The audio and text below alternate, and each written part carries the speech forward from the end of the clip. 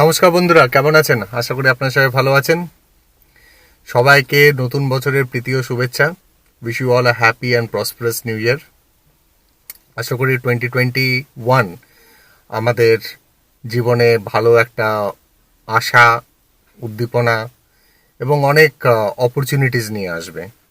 আজকে একটা নতুন ভিডিও নিয়ে এসেছি। তো ভিডিওটা হচ্ছে আমার গাড়ি টাটা ন্যানোর 3 বছরের ওনারশিপ রিভিউ নিয়ে। আপনারা অনেকেই আমাকে রিকোয়েস্ট করেছিলেন আমার গাড়ির উপর একটা রিভিউ করতে। আমার গাড়ি 3 বছর হয়ে গেছে। আমি গাড়িটা কিনি 2017 সালের 26শে অক্টোবর গাড়িটা ডেলিভারি হয়। আজ হচ্ছে জানুয়ারির 4 তারিখ। তো it's more then 3 years now. গাড়িটা সেরকম 3 বছরের অনুযায়ী সেরকম ডিস্টেন্স কভার করেনি। তবে অফ লেট যেহেতু আমরা পার্শিয়ালি বর্ধমানে শিফট করেছি, তো আমাকে অলমোস্ট এভরি উইক বা 10 দিন অন্তর অন্তর কলকাতা বর্ধমান করতেই হচ্ছে। তো এখন গাড়ির ইউজটা কম্পারেটিভলি কলকাতায় থাকার সময় যেরকম ইউজ হতো তার চেয়ে বেশি ইউজ এখন হচ্ছে। তো যাই হোক, আপনাদেরকে আমি তাহলে আমার গাড়ির একটা 3 ইয়ার্স ওনারশিপ রিভিউ আজকে আমি দেবো ভিডিওতে।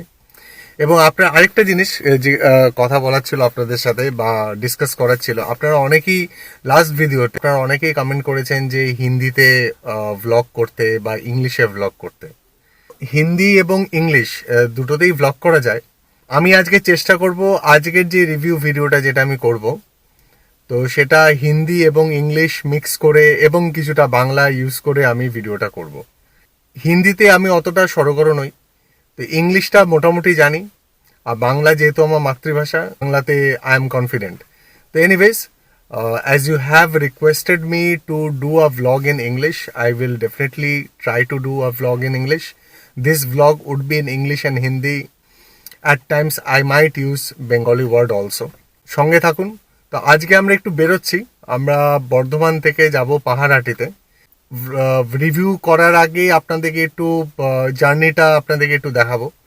So we'll see how are the roads and how the surroundings. This video would be in a rural backdrop. Stay tuned. Do watch the video till the end. आखिर तक आप video देखिए। कुछ सवाल है या कुछ कमेंट है तो आप ज़रूर हमको कमेंट करके बताइए। दूसरा बात ये है कि ये जो टाटा नैनो का जो रिव्यू जो मैं अभी तक बोल रहा था कि टाटा नैनो का रिव्यू मैं हिंदी और इंग्लिश में भी करूँगा, तो दिस इज भी ये एक इंग्लिश और हिंदी मिक्स करके मैं आज का रिव्यू बनाने का कोशिश करूँगा। मेरा हिंदी उतना स्ट्रांग नहीं है, I am not that confident in Hindi, but still as you have requested, आप लोगों ने मुझे रिक्वेस्ट किया है, बहुत लोगों ने रिक्वेस्ट किया कि आप हिंदी में बात कीजिए, तो मैं वो कोशिश कर रहा हूँ। चलिए आखिर तक वीडियो देखिए, and if you like the video do give a like, and if you still not subscribe to the channel please do support me by subscribing the channel.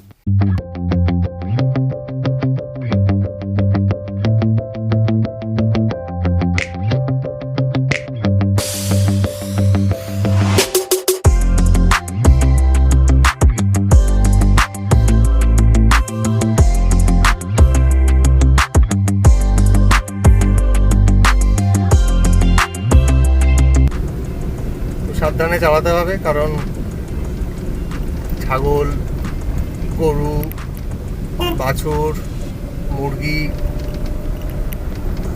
सब रास्ते घोराघोरी करे।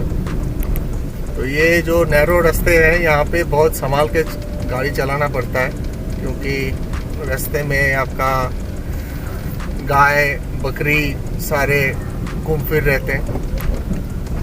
The roads are very narrow. You need to be very cautious while driving in this kind of roads, because these roads are been populated with cow, calf, goats, chickens. So we are going to get a feel of rural Bengal.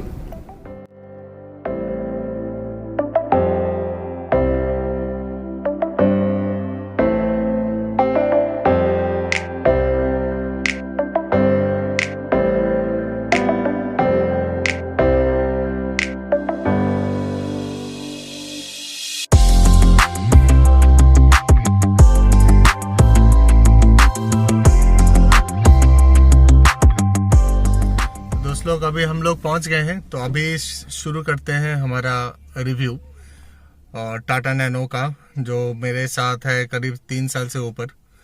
तो जैसे मैंने पहले बताया कि हम लोगों ने ये गाड़ी को ख़रीदा करीब 2017 के 26 अक्टूबर को इस गाड़ी का डिलीवरी हुआ है।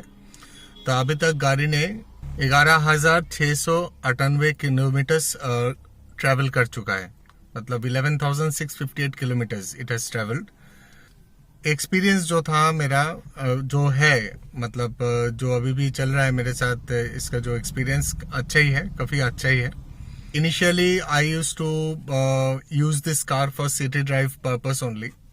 फर्स्ट ईयर 2017 से लेके 2018 तक गाड़ी का डिस्टेंस ज़्यादा हम लोगों ने कवर नहीं किया था। एक साल में करीब we covered around close to 500 odd kilometres.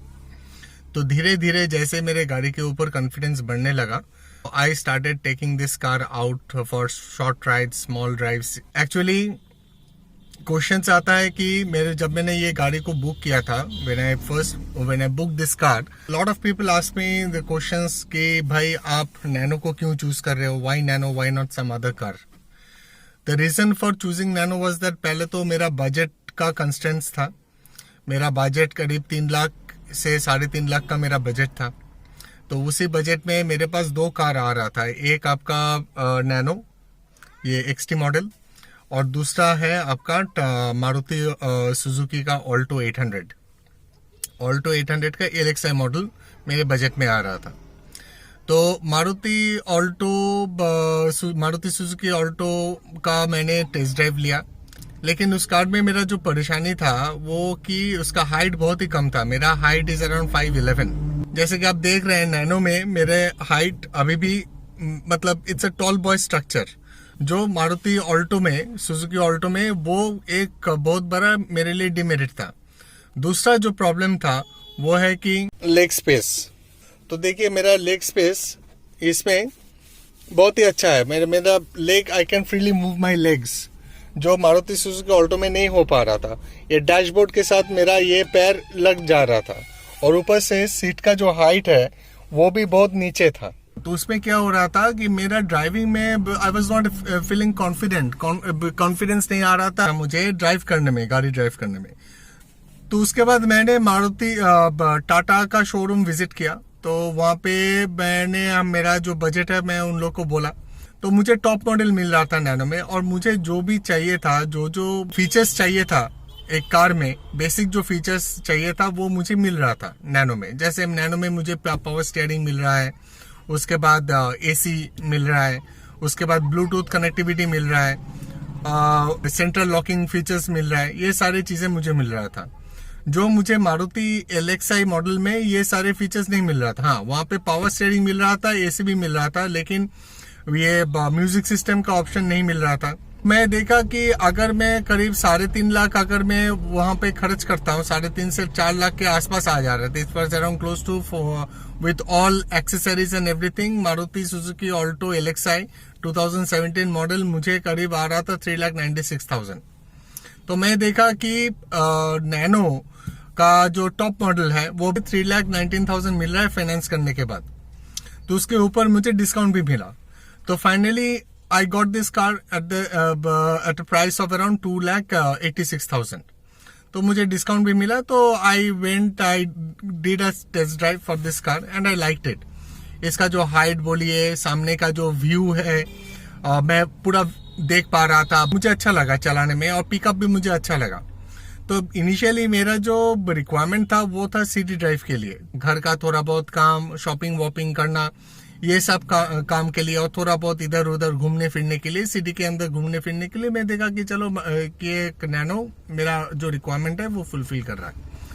दूसरा बात यह है कि नैनो चूज करने के लिए कि इसका जो माइलेज, मैं बहुत सारे रिव्यूज यूट्यूब में देखा ये गाड़ी खरीदने से पहले। तो देखा कि आपका नैनो का जो माइलेज है वो काफ़ी शानदार माइलेज है। मतलब सिटी में मुझे 15-16, किस जगह पे मुझे 18 भी मिल रहा है। और उसके बाद जब मैं सिटी छोड़ के जब मैं हाईवे में लेना स्टार्ट किया गाड़ी को, तो मैं देखा हाईवे भी मुझे अराउंड 22 से ऊपर मुझे माइलेज मिल रहा है, वो भी एसी ऑन करके। सर्दी के मौसम में भी बहुत पसीना पसीना हो रहा हूँ, क्योंकि सारी खिड़कियां मैंने बंद कर दिए। ये स्टेट हाईवे के बाजू में मैं खड़ा हूँ, तो यहाँ पे बसेस वगैरह सब कुछ जा रहा है, तो डिस्टर्बेंसेस हो रहा है, तो please excuse me for this. तो एनीवेज, जो मैं बोल रहा था कि मैं देखा कि ये गाड़ी हाईवे में भी मुझे करीब 22-24 का माइलेज दे रहा है, तो काफी सही है। तो मैं देखा कि चलो ठीक ही है, जो मैंने इसको जो मैं लिया हूँ तो मेरा लॉस नहीं हुआ है, वह कि मुझे फायदा ही हुआ है। क्योंकि अभी मेरा जो कार है ये 3 साल चलने के बाद, करीब 11,658 किलोमीटर चलने के बाद, इस गाड़ी में अभी मुझे माइलेज जो मिल रहा है इट्स अराउंड क्लोज टू 27, 26, कभी कभी 28 भी मिल रहा है। और एसी ऑन करके तो 25 के ऊपर मिल रहा है, एसी ऑफ करके कभी कभी 29 का भी माइलेज मिला है। मैंने एक शॉर्ट वीडियो मेरे इंस्टाग्राम आईडी में अपलोड किए हैं, अगर आप चाहें तो मेरा इंस्टाग्राम हैंडल मैं नीचे दे रहा हूँ, तो वहां पे जाके आप चेक भी कर सकते हैं। मुझे 29.1 का माइलेज मिला है, that's the highest mileage I have got from nano. ये तो रह गया कि इस गाड़ी का जो खासियत है। देखिए, एक तो है ये जो गाड़ी है इसको आपको बहुत ही प्यार से चलाना पड़ेगा। ऐसा नहीं कि आपको इसको लेके रेव करना है, स्पीड में चलाना है। अगर आप स्पीड में चलाते हो, 80 के ऊपर चलाते हो, तो ये गाड़ी आपको माइलेज कम कर देगा, 22-21 ऐसा माइलेज आपको मिलेगा। कभी एक बार तो मुझे 18 और 19 का भी माइलेज मिला था, जिसका वीडियो मैंने ऑलरेडी किया हूँ। अगर आपने वो वीडियो नहीं देखे तो मैं ऊपर आई बटन में लिंक शेयर कर दूंगा। मेंटेनेंस खर्चा जो इस गाड़ी का है, मेंटेनेंस खर्चा इस गाड़ी का बहुत ही कम है। साल में करीब 3-3.5 हजार रुपया लगता है मेंटेनेंस में। 3 साल का मेरा ऑलरेडी 4th मेंटेनेंस का ये हो गया है। 4th मेंटेनेंस मुझे थोड़ा सा महंगा लगा, क्योंकि जिस सर्विस सेंटर से मैंने इस गाड़ी का सर्विस करवाया था, तो वहां पे ये लोगों का जो लेबर कॉस्ट था वो थोड़ा महंगा था, तो इसी के कारण करीब 5,000-5,500 रुपया इस बार का मेंटेनेंस लग गया। और ऊपर से गाड़ी में थोड़ा बहुत कुछ माइन्यूट इश्यूज था, जैसे कि मेरा ये जो कंसोल है ये कभी कभी क्या होता है, ये फ्लिकर करने लगता है। देखिए अभी मैंने ड्राइव करके लाया हूँ, अभी माइलेज देखिए 27.1 माइलेज दे रहा है मुझे। तो इस गाड़ी को आपको प्यार से चलाना पड़ेगा, ऐसा नहीं कि आपको 80-100 भगाना है इस गाड़ी को। अगर आप हाईवे में भी चलाते हो तो इस गाड़ी को आप अगर 60 से 80 का रेंज में अगर रखते हो गाड़ी का स्पीड, तो आपको माइलेज बराबर मिलेगा, अच्छा मिलेगा माइलेज आपको।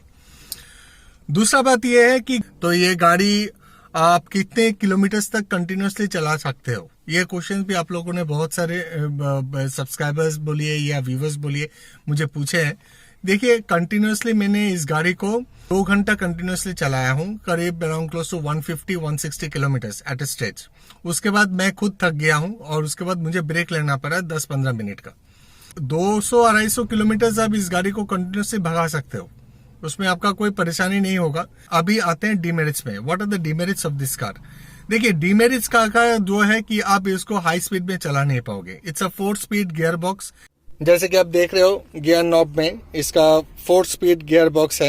As per the user manual यहाँ पे लिखा ही हुआ है कि 4th गियर में आप मैक्सिमम 80 किलोमीटर पर आवर तक भगा सकते हो गाड़ी को।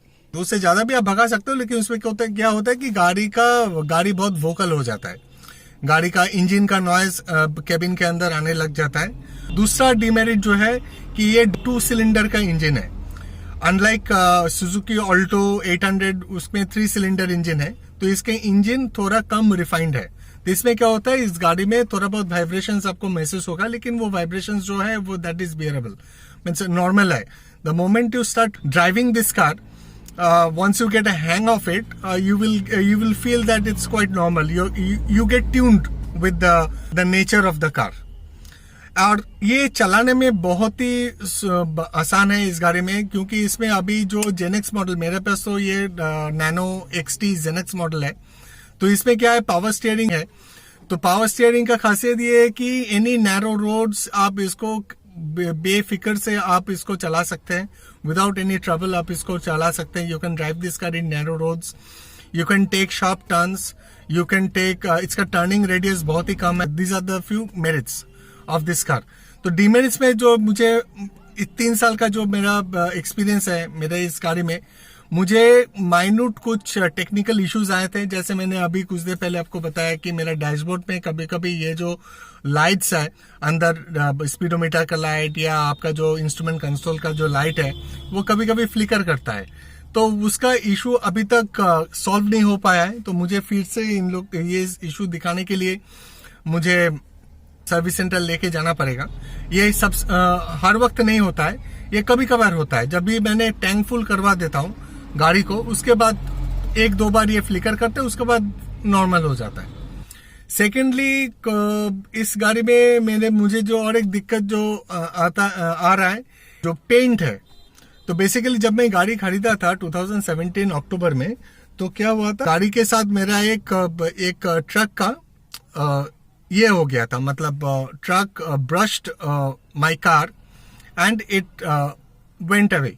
तो आई वॉज नॉट अवेयर। तो मैंने गाड़ी एक जगह पे पार्क करके रखा था, रास्ते के साइड में पार्क करके रखा था।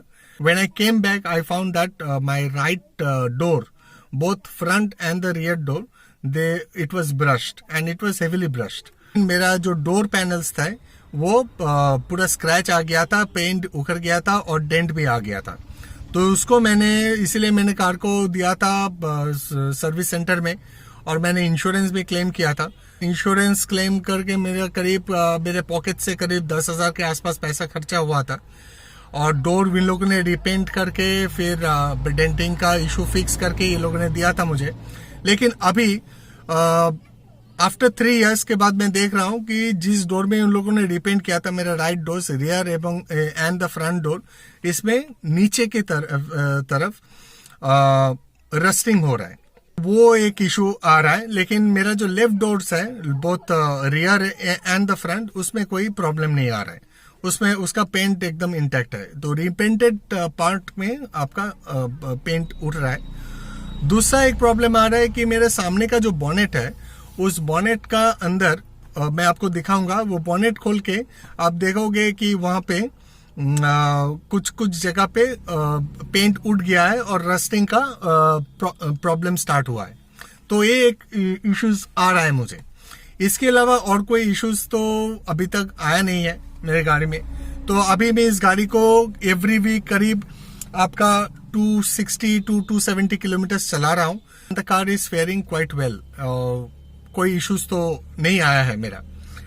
माइलेज का अगर आपको रियल टाइम माइलेज का अगर आपको इंफॉर्मेशन चाहिए तो मैंने एक वीडियो किया था विथ फुल लगेज, जिसमें आप लोगों ने बहुत सारे पेयर दिए हैं उस वीडियो में। तो वो वीडियो अगर आपने अब नहीं देखे तो आप देख सकते हैं, ऊपर मैं आई बटन में दे दूंगा। वो वीडियो बंगाली में है। I think you will be able to understand. जो लोग बंगाली नहीं समझते हैं वो लोग को समझ में आ जाएगा what exactly I am trying to convey. You can watch that video. और बाकी तो कोई प्रॉब्लम्स अभी तक आए नहीं है।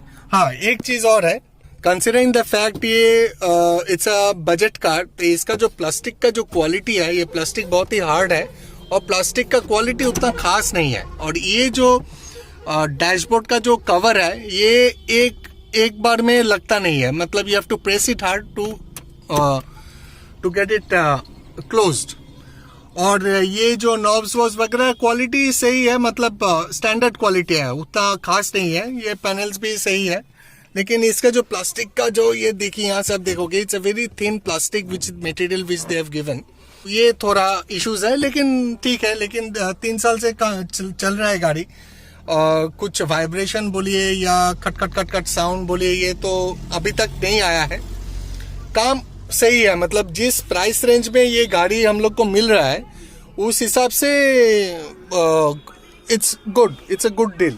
बाहर का कुछ एक्सटीरियर दिखाऊंगा गाड़ी का। मेरे गाड़ी के साथ बहुत सारे छोटे मोटे एक्सीडेंट्स हुए हैं। जो भी स्क्रैचेस हुआ है बम्पर में हुआ है और फेंडर में हुआ है, लेकिन बॉडी में उतना खास स्क्रैचेस नहीं है। एक स्क्रैच हुआ है पीछे में, जो मैं पेट्रोल पंप में रिफ्यूल करने के लिए गया था, दिखाई नहीं दिया कि बाजू में एक पिलर, छोटा सा एक पिलर है, तो मैं पिलर के ऊपर ही चढ़ा दिया था गाड़ी को। और वहाँ पे पीछे वाला जो रियर व्हील है उसके ऊपर जो कवरिंग है, मेटल का जो कवरिंग, उसमें थोड़ा स्क्रैच आ गया, तो उसमें डेंट आ गया है। तो ये सारे छोटे मोटे जो डेंट्स वगैरह ये सब हुआ है गाड़ी में। तो देखिए, आप जितना गाड़ी चलाओगे और जिस एरिया में चलाओगे, जिस रोड कंडीशन में चलाओगे, उस हिसाब से डिपेंड करता है कि आपके गाड़ी में एक ऊपर खरोच कैसे आएगा। और कोलकाता जैसे शहर में, मेट्रोपॉलिटन शहर में अगर आप गाड़ी चलाते हो, you know how the traffics are.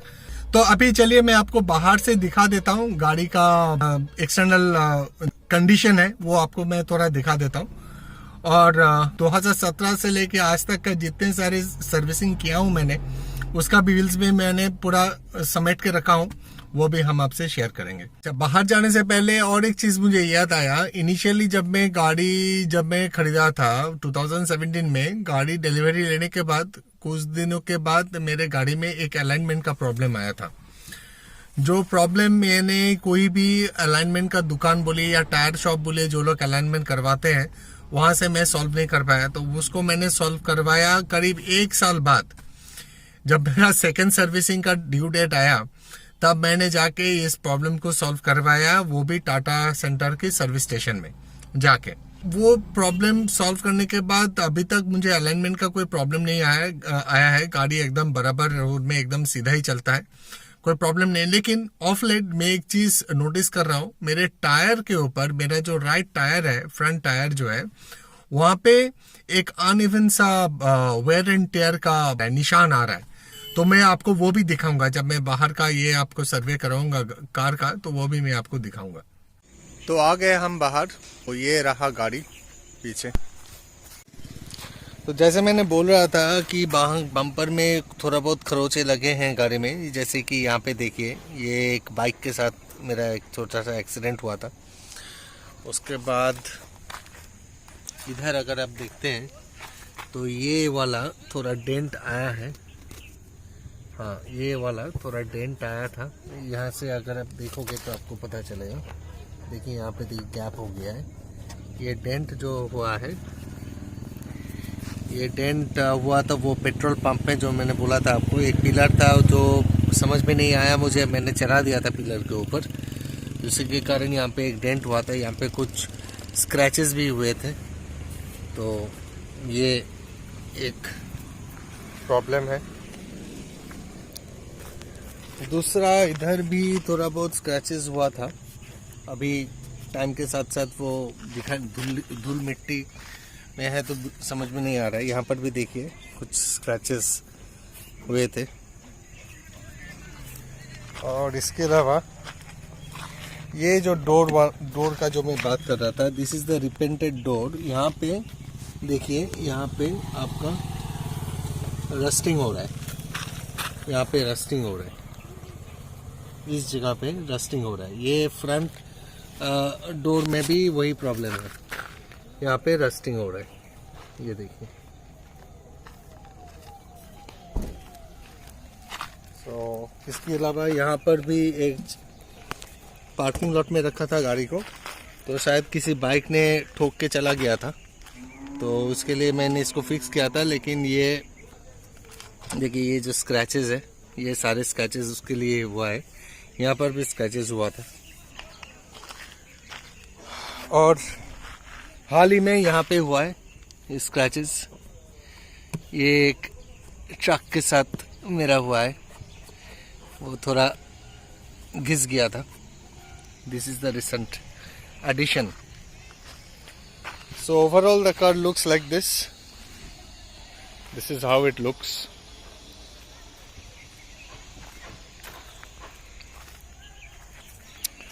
और यहाँ पर भी एक डेंट हुआ था, इसको मैंने ठीक नहीं किया। ये एक बाइक के साथ हुआ था। वो महाशय गाड़ी चला रहा था रॉन्ग साइड से, आके मेरे गाड़ी के साथ लग गया उसका। ये एक हुआ। और ऊपर में भी, यहाँ पर भी एक डेंट हुआ है। ये शायद ऊपर से, पार्किंग में रखा हुआ था गाड़ी, ऊपर से शायद कुछ गिरा था, उसके चलते यहाँ पे एक डेंट हुआ है। तो ये रहा राइट टायर। ये देखिए, यहाँ से यहाँ पे पूरा टायर घिस रहा है। और यही टायर अगर मैं यहाँ से दिखाऊं तो यहाँ पे ये टायर का कंडीशन सही है, मतलब इस टायर का अलाइनमेंट सही है, लेकिन इस टायर का अलाइनमेंट सही नहीं है। वो लोगों ने कुछ ऐसा कुछ किया है. I think it was a manufacturing defect और not, I don't know what is the problem. तो they did some kind of an adjustment. तो उससे चलते क्या हो रहा है, मेरा जो राइट टायर है, राइट फ्रंट टायर है, इसका जो घिस रहा है, जो ये टायर, ये इवनली घिस नहीं रहा है. ये इस तरफ सामने से साइड वाइज घिस रहा है. अंदर का कंडीशन बराबर है, सही है. So this is one of the challenges. ये मुझे दिखाना पड़ेगा, ये एक चीज़ मुझे दिखाना पड़ेगा नेक्स्ट टाइम मैंने विजिट द सर्विस सेंटर. मैंने अभी बोनेट खोल चुका हूँ. ये देखिए बोनेट के यहाँ पे रस्टिंग हो रहा है. ये जो रस्टिंग हो रहा है ये रिसेंट एडिशन है. ये अभी देख यहाँ पर भी हो रहा है थोड़ा थोड़ा रस्टिंग. तो इसको फिक्स करना है. ओके, गाड़ी के अंदर आ गए. अच्छा, ये रहा पहला बिल. ये मेरा जो पहला फर्स्ट सर्विस जो हुआ था वो हुआ था 23/12/2017 में, जहाँ पे मेरा टोटल खर्चा पड़ा था 57 रुपीज़.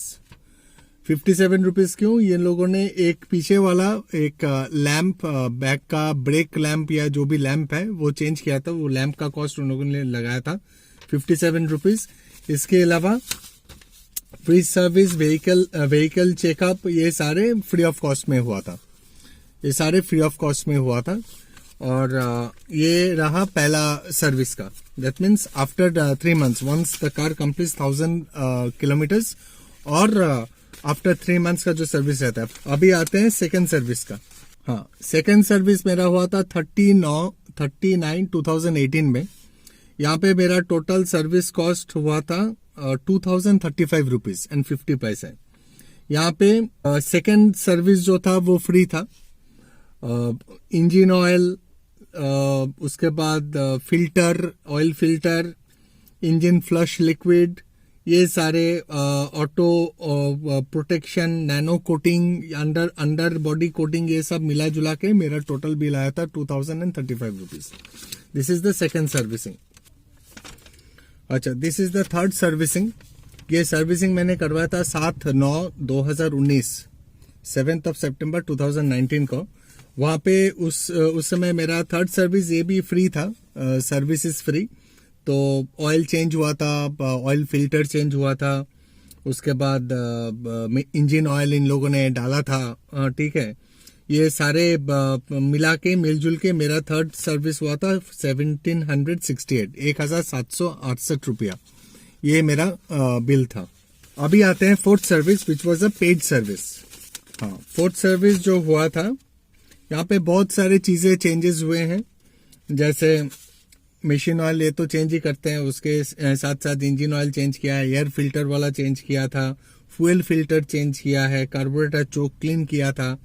ठीक है, उसके ऊपर कूलेंट टॉप ऑन किया है, एड ऑन किया है, ब्रेक फ्लूइड का चेंज किया था, ब्रेक फ्लूइड फिर से ये किया, इंसर्ट किया.